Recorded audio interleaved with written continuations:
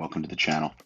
We're going to do something a little bit different today. I thought we'd still use Procreate to do some digital art, but instead of using the natural time-lapse feature that's available in the software, I try to do something of a live screen capture on my iPad while I was doing some drawing, so you can see some of the choices I make and some of the maybe the pencil strokes that I take as I go through this, step by step through the process in real time. So we're going to do just something of a simple, basic drawing here that really kind of goes back to some of the basics and fundamentals of at least how I learned to draw. Now, full disclosure here, I'm self-taught. This is really just kind of lessons I learned over time from just repetition and trying over and over and over again. I thought we'd do something, again, simple, and just off the top of my head, I thought we'd just do a quick little sketch of a Rick and Morty. I have a couple of pictures of Rick and Morty up on my computer screen right now, but I'm not going to do any specific thing that I'm seeing here. I'm going to create something of an original composition using just some elements of what I've seen in the cartoon. Now, before we get into the drawing itself, let's take a look at some of the settings that I have set up here in Procreate so you just have an idea of what I'm up to. For starters, let's talk about the canvas itself. If we take a look at the canvas here, we can take a peek at the canvas information here, and you can just basically see the little breakdown. This is going to be a square canvas, and the reason for this is because of the composition I've chosen. We're going to have Rick and Morty coming out of their circular-shaped portal, and the easiest way to fit that circle and frame is to start with something of a square canvas. So I'm going at 2048 pixels squared, which is roughly 15 inches by 15 inches if we're doing it in that kind of sizing. DPI here is 132. This is going to do a couple things for me. It's going to give me a maximum set of layers of 124, and the color profile and the other stuff really doesn't matter all that much. It's really just kind of a matter of understanding how many layers you get so you get enough bang for your buck. And the layer stack is really kind of determined by dimensions and your DPI.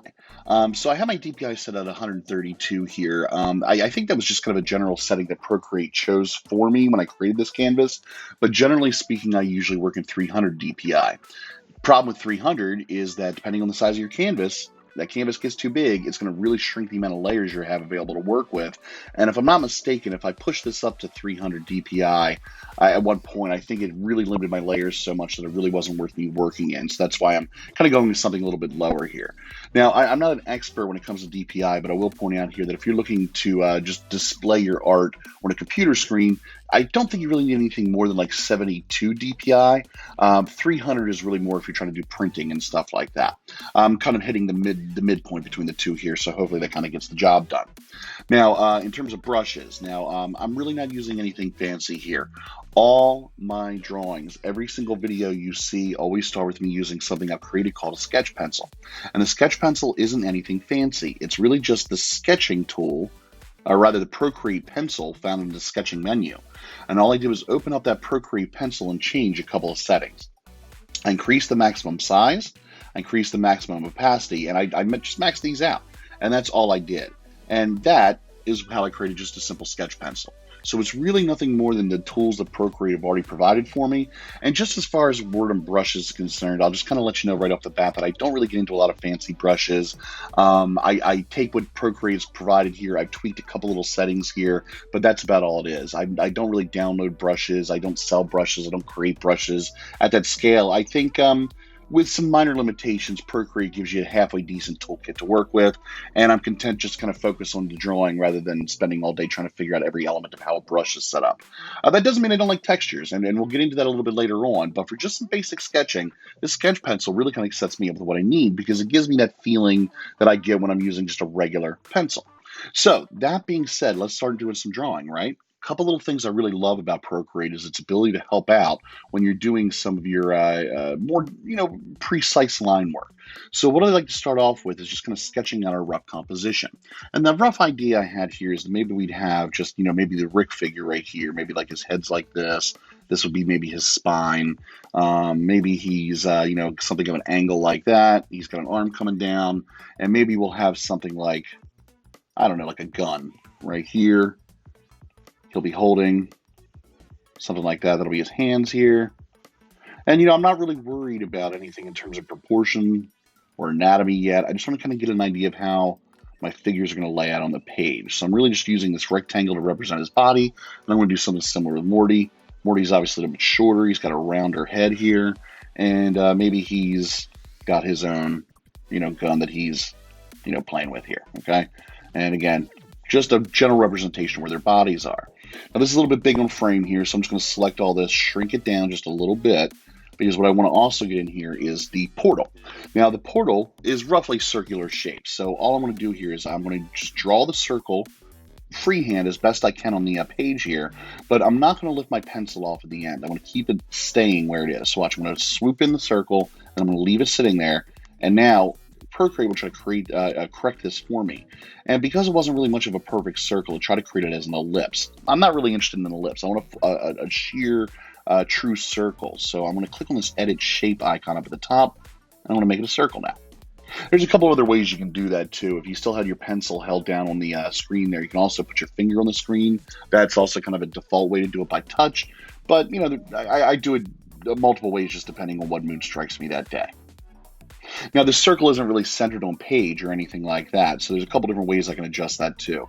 I can just, kind of move it on the page right now and kind of roughly center it as best I can. What I also sometimes like to do is I will basically get rid of the circle setting, lock that in place, and then I'll click on my little arrow select and then kind of move it around like that. Now understand what I've done here is I've now selected the entire composition on the layer here, but that's okay. That's kind of what I'm looking for. I want to kind of get this sized up to take as much advantage of the space I have available as possible. So there we go. That's my rough sketch, rough idea of what I want to do. And again, we have this portal that's going to be going on here. So there's going to be a whole bunch of swirl in the background and stuff like that. A lot of interesting stuff like that. Okay. So let's go ahead and move on to the next step of this. I've got a rough idea what I'm up to. I'm just going to throw a bunch of layers in here so I have something to work with. And then I'm going to take the layer that I started this whole thing on, and I'm just going to lower the opacity down just so I have just a nice reference, and I can basically just trace right over top of it on the next layer up. All right, so now it's time to go ahead and just kind of refine this drawing a little bit. Now, when I'm working in rough sketches, I like to start with a nice thick sketch pencil, but I want to start shrinking it down here a little bit as I get a little bit more refined, a little bit more precise in my drawing. So let's go ahead and start with our Rick character here. Now again, on my computer screen, I have a couple reference drawings of Rick from the cartoon. I'm not using any one specific one to create this pose, but it is helpful to remember some things like how many points are in his hair, or where a specific line on his mouth tends to show. Okay, I'm not really trying to get this exactly like the cartoon appearance. I'm basically going to kind of do something of a mix of the original cartoon and my own style a little bit. So I'm not going to be beholden too much to the original source material, just use it as a general guide. So again, I know Rick here has kind of like that hot dog face, and notice as I hold my pencil down here, it'll help me out and create that nice ellipse shape. All right, now that's not really quite what Rick's head looks like, so let's edit that a little bit, squash it down, and see how I can kind of make these edits on the fly just to kind of get what I'm looking for. Now again, nothing's going to be perfect here yet. This is not final sketch. I'm just trying to lay out some basic idea of what I want this figure to really look like outside of just his general stance. So I've got the shoulders I'm going to kind of throw in here, and we got to represent his lab coat. So there we go, like that, and just something that just generally represents where his arm's going to be. Again, I will refine this again a couple times before we actually get into any final inking or anything like that. I'm just trying to get an idea of where the general shapes lie. And again, notice how his body is largely a rectangle, but I've got some like slumped shoulders here, I've got a gun I'm going to be putting in here. And as far as his face is concerned here, I'm just going to lay in some lines just to give me kind of just a general guideline of, which way he's facing, where his, his ears and eyes should go, etc. And while we're here, let's go ahead and just kind of get an idea of what we're going to be doing with that hair, because that's a very obviously distinct feature of the Rick character there. So, again, not exactly perfect, but we'll get this in quickly just so we have something to kind of play around with, and we will refine as we get into future versions of this. Now, I'm not sure what sort of an expression I'm going to put on Rick's face yet, but I can at least kind of get the general stuff in, eyes, nose, mouth, right? So nice and easy there. Let's just kind of get something there to represent that unibrow. And you notice, again, we've got something roughly kind of recognizable here so far, okay?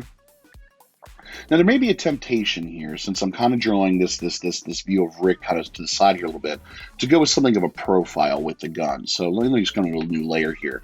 And what if I did something like, a gun that looked like this, and maybe there's a hand on it like that, another finger on the trigger over here, and we got like the barrel looks a little something like this.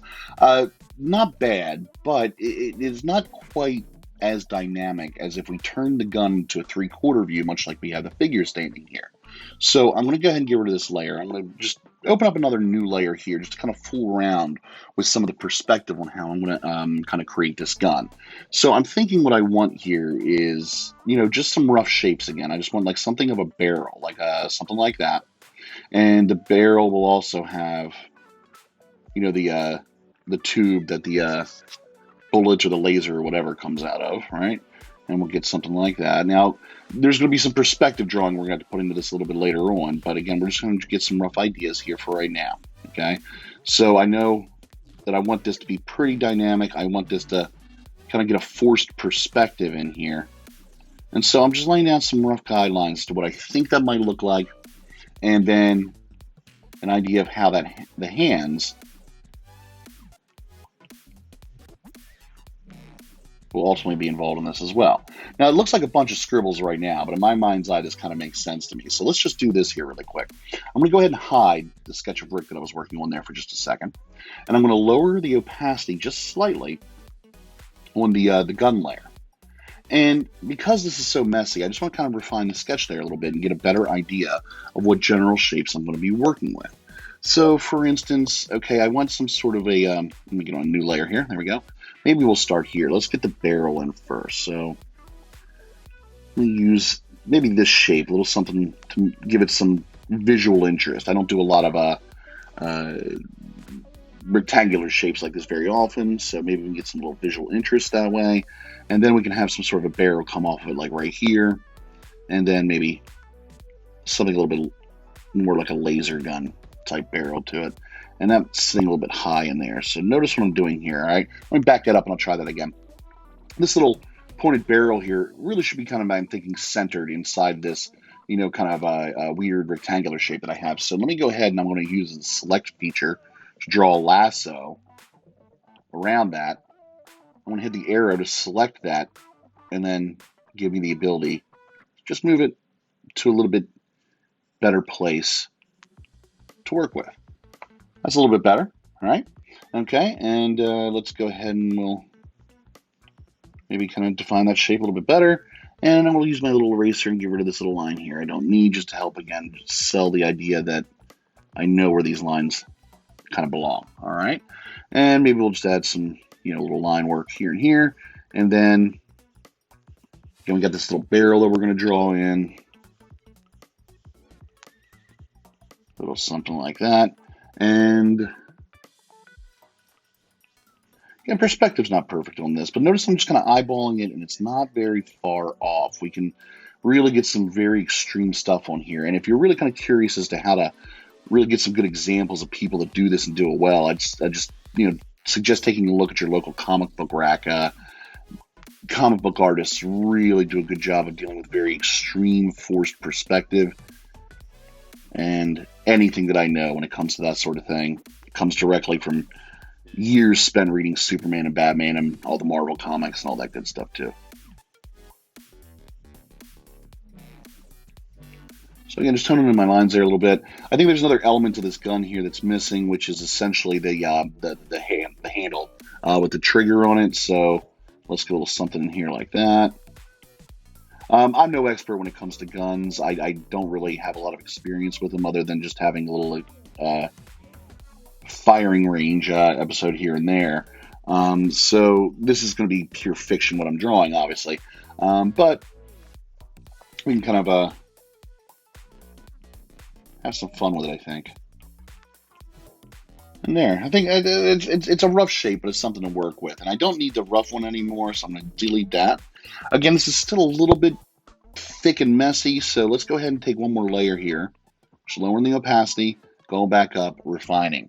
This is a really good habit to kind of get into here. I got to tell you, if you're not happy with anything that you're doing in your art, The one thing that's going to teach you faster than anything else is making the mistakes and going back and forcing yourself rather, to redo it until you get it right, and being patient enough to understand that sometimes it's going to take time, and it's going to take some frustration too. Don't be afraid to even walk away from something for a couple of hours if you're getting frustrated, and then come back to it a little bit later if that helps solve the problem. But anything you draw, don't ever be afraid to erase it and start over again, because if you can't draw it and redraw it, then despite the fact you may run into the occasional happy accident, as Bob Ross puts it, your ability to draw and redraw something and have it look good is really where you build confidence, and it'll give you the ego, the strength, the inner strength to try to tackle more challenging subject matter, and then force yourself to make those mistakes and learn from them as well. Again, I'm not trying to do anything fancy here. Just remember, it's all about basic shapes, right? And that's probably, I think, as far as my education was concerned, one of the most difficult things for me to really kind of grasp onto was this idea that a lot of drawings, a lot of art doesn't look good in its initial stages. You've really got to be patient. You've really got to be accepting of the fact that there is a process involved, and that if you know what you're doing and you have an understanding of how to plan it ahead of time, then what ends up happening here is that you'll end up with a final product that looks good, but you have to have the confidence in knowing that the final product will definitely look better than the initial stages. And that being said, it sounds like I'm rambling here, and I'm kind of trying to do multitasking of drawing and talking at the same time. But what I'm really trying to kind of get at more than anything else is that if you're not happy with your line drawing, go back and do it again. Because even though a lot of can be corrected in final stages, if you don't like what it looks like, you can't. There's some things that you can't correct when you get too far along, and that can be troublesome, right?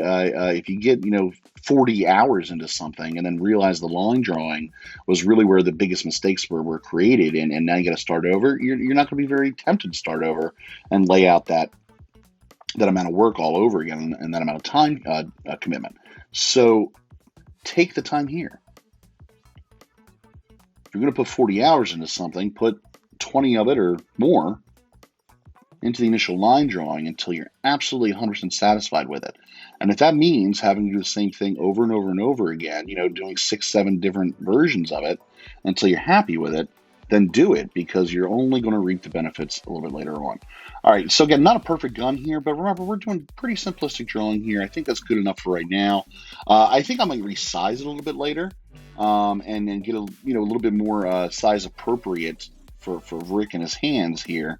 Again, some of the lines here are just a little bit off. I can go back and correct that a little bit later. But for right now, that's a good representation of what I want on page. And you can see if we add Rick back in here, this gun isn't really placed very well. So we'll have to maybe tilt a little bit more. And that's why I wasn't really all that concerned with the perspective yet, because I know I'm going to be messing around with the angle a little bit more a little bit later on. And just for, again, sake of interest here, I'm going to have the barrel, the point of the gun, coming out of the portal, or the edge of the portal there a little bit, just to kind of break up that circular line a little bit. So I think that's where we're going to leave that. And if we can come back to our Rick layer, that means we're going to have to make some adjustments here to his arm. Not a big deal. Again, don't be afraid to draw and redraw until you get it exactly where you want it, all right? And maybe this will disappear too, and we'll redraw that a little bit later on. Now, as far as this gun is concerned, what we need to be more concerned with is the hands. How is Rick holding this gun? And let's see here. Maybe we'll replace this gun here a little bit better. And I'll tell you what, I'm going to freeform distort it just a little bit. I'm going to just stretch it out just a little bit. Again, I'll redraw this later and just make it a little bit better. I just need a placeholder for right now. And I think that'll roughly take care of my needs there. There you go, a little bit better. All right, so let's figure out where Rick's hands are going to go. And I'm just going to, again, do another layer for this. What I can always do is I can combine all these layers a little bit later to make them one singular layer once I'm happy with some of the compositional elements. But until I'm happy and I know that I'm going to be moving stuff around, I'm not afraid to go into like a dozen different layers, even if it's just to get one little element correct. So new layer, and we're going to start building in some hands here. So we got a finger that's going to go in the trigger, and then we have the other fingers right here that are going to hold onto the barrel. All right, and then we'll have another hand maybe kind of come up right here to kind of cradle the barrel, like so.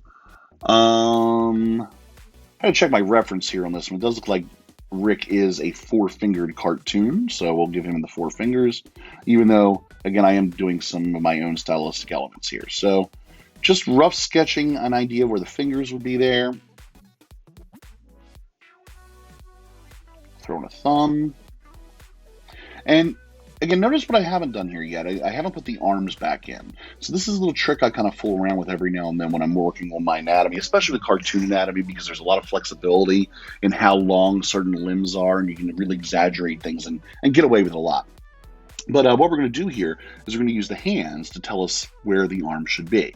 So I have a hand down here with a wrist that's kind of coming off the gun here. And I know that I have a shoulder coming down here. And at this point, it's just an idea of just picking a dot to place, to designate where the elbow goes, where the bend of the arm goes. And then everything else is really just kind of connect the dots at that point. So I know I maybe want my elbow, say, like right here. Well, again, connect the dots then. I'm going to draw in the arm just like that. That's it, I'm done. So what I'm going to do is I'll refine this again a little bit later on. I'll help out, make sure this line's a little bit more consistent with the elbow bend right here. I'll maybe put a little wrinkle in the jacket right there to represent that. This, because this forearm is so short, that means it's coming towards me, right? So I'm going to draw that in perspective again, okay? And a little something like that. Now again, it's a little sketchy. It may not make a whole lot of sense right now, but it will once we get into our more refined details a little bit later on. Now, as far as the other hand's concerned, not really a whole lot going on here, right? A lot of this is going to be that the arm is going to be hidden by the gun. I've got the shoulder up here. I've got the hand and the wrist like roughly around here. So where does the elbow go? Well, maybe we'll just kind of draw it out like that a little bit. Well, you know what? Put it at a better angle. There we go. Okay.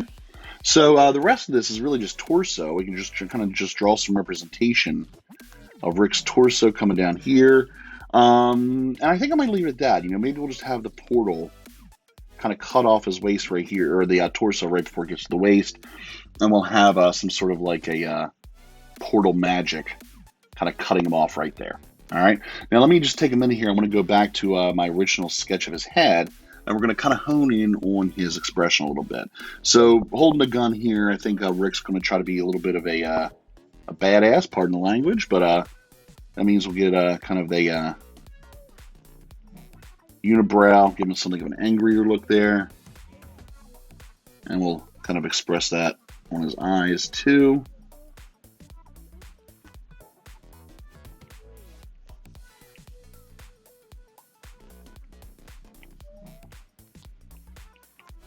Rick always has that mess still spilling down his mouth, and then we have his eyeballs. There you go. All right.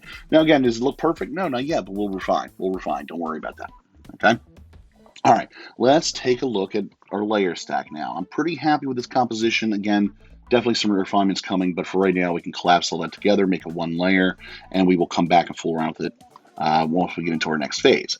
So let's go into a brand new layer, focus our attention on Morty. And notice what I'm doing here. I'm going to zoom in just a little bit so I can kind of focus my attention on just that one character itself. Now, let's see here. Morty is not a tough guy to draw. Circle for head. This time I'm going to put down my pencil on the page. I'm going to hold it down and keep it in place, and then use my finger on the screen to create that perfect circle. All right. Now, I'm going to go ahead and just kind of move this into place where I want it, I think. And let's see here. Somehow I changed my color. Let me get back up to black. Okay, so then we go here and just kind of give him just the crude elements of a body and some design here, right? So similar thing. He's going to be holding a gun. So we'll just kind of give him just a loose idea of a hand. Okay, again, I'm not really all that concerned with how the proportions of the arm yet. I'm going to make sure that the hand is well placed, and then the arm will kind of come together a little bit later. But I just want some idea there for now. And I don't want to give him the exact same gun, so we'll just take some rough shapes here. Throw them in here just to make sure that we have something relatively distinct. There we go. And the other hand is helping steady arm. So again, we'll kind of come back and get that in there later. There. And this is roughly how I want the face to lay out. So we'll have a nose right here. The big circles for eyes. Again, I'm not worried about my circles being perfect here. All something I can adjust later. I do know from an expression standpoint, we're probably going to give him a pretty similar look to Rick's there. Get the ear in. And then he's got this hair that just kind of sits right on top of a circle of his head. Just like so. Now, let's see here. I'm going to go in and select just the head itself. I want to tuck it down a little bit more into where that shoulder is. And actually, let me shrink it down, like make it a little bit more proportional. There we go.